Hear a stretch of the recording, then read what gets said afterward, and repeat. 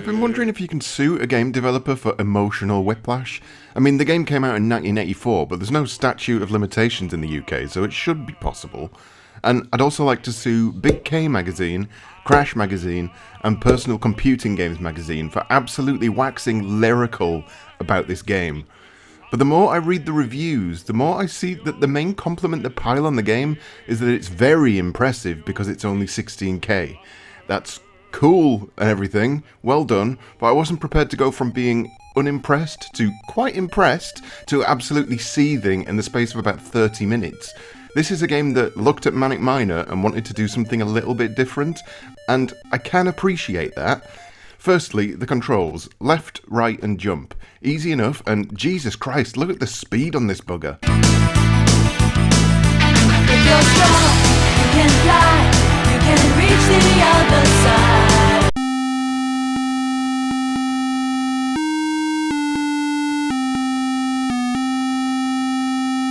If you're used to Minor Willie's slow and steady pace, then the first thing you're going to notice is the amphetamine-charged Lancelot. This guy can leg it, and that is, at a mechanical level, the main difference between Manic Miner and Sir Lancelot. It's in the handling. When I first started off, this was fine. I mean, it looks bare bones and boring to boot, but the enemies are nicely animated, and let's be fair, it's 1984. Most things look shite in 1984. Especially when they're crammed into 16k. The audio sample of me saying 16k is bigger than the entire game. So yeah, first impressions aren't great, but in terms of control, Sir Lancelot actually pulls a nifty trick. Manic Miner is very regimented in its movements, your jumping arc is always the same, there's no deviation, so Sir Lancelot does away with all of that. This guy can defy the laws of physics at will and bounce around like an absolute nutcase. If Manic Miner was a sensible romp through Danger Town, Sir Lancelot is a frantic jog through Murderville. And that's really where the issues start to creep in, eventually. The first couple of levels are pretty tough, but they're all about timing. It's just a case of learning the correct routes through the level, picking up every item, and then getting yourself to the exit that appears in the bottom right-hand corner. Only it doesn't always appear in the bottom right-hand corner, does it? You soon find out, in level 2, that this game flicks a middle finger at you and shoves the exit somewhere else entirely.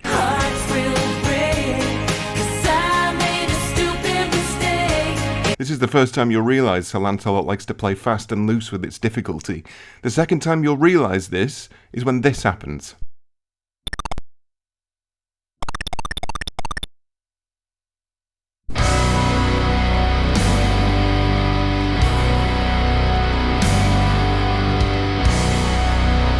That timer is unreal. When I first booted the game up, I actually thought I'd accidentally switched up the CPU speed, because what the hell sort of clock is this?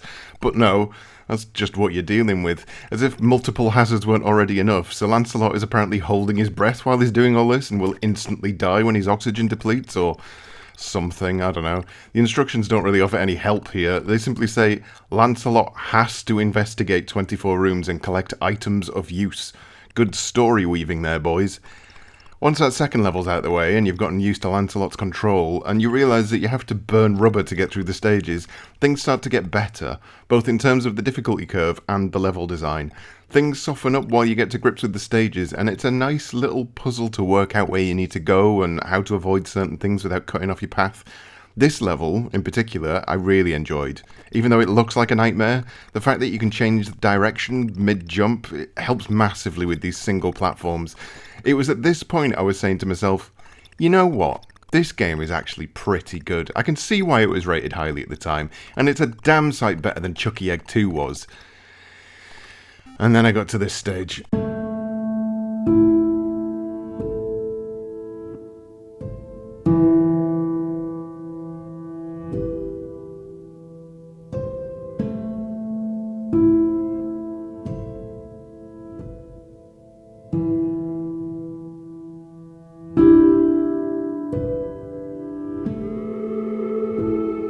Try as I might, I could not get past this green bird, and I knew I had to because it was impossible to get these 3 items without making that jump.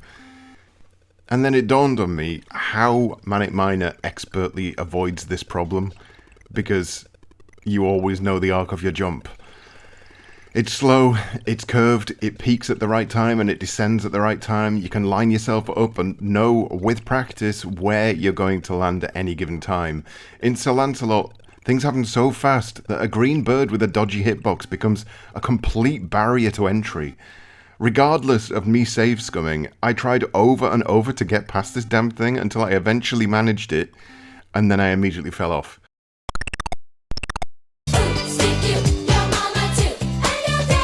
So then I tried it again, over and over and over, and eventually I did it. But then I died again, and each time I went back and tried to do this bird, because surely after so many attempts I must be able to nail this now.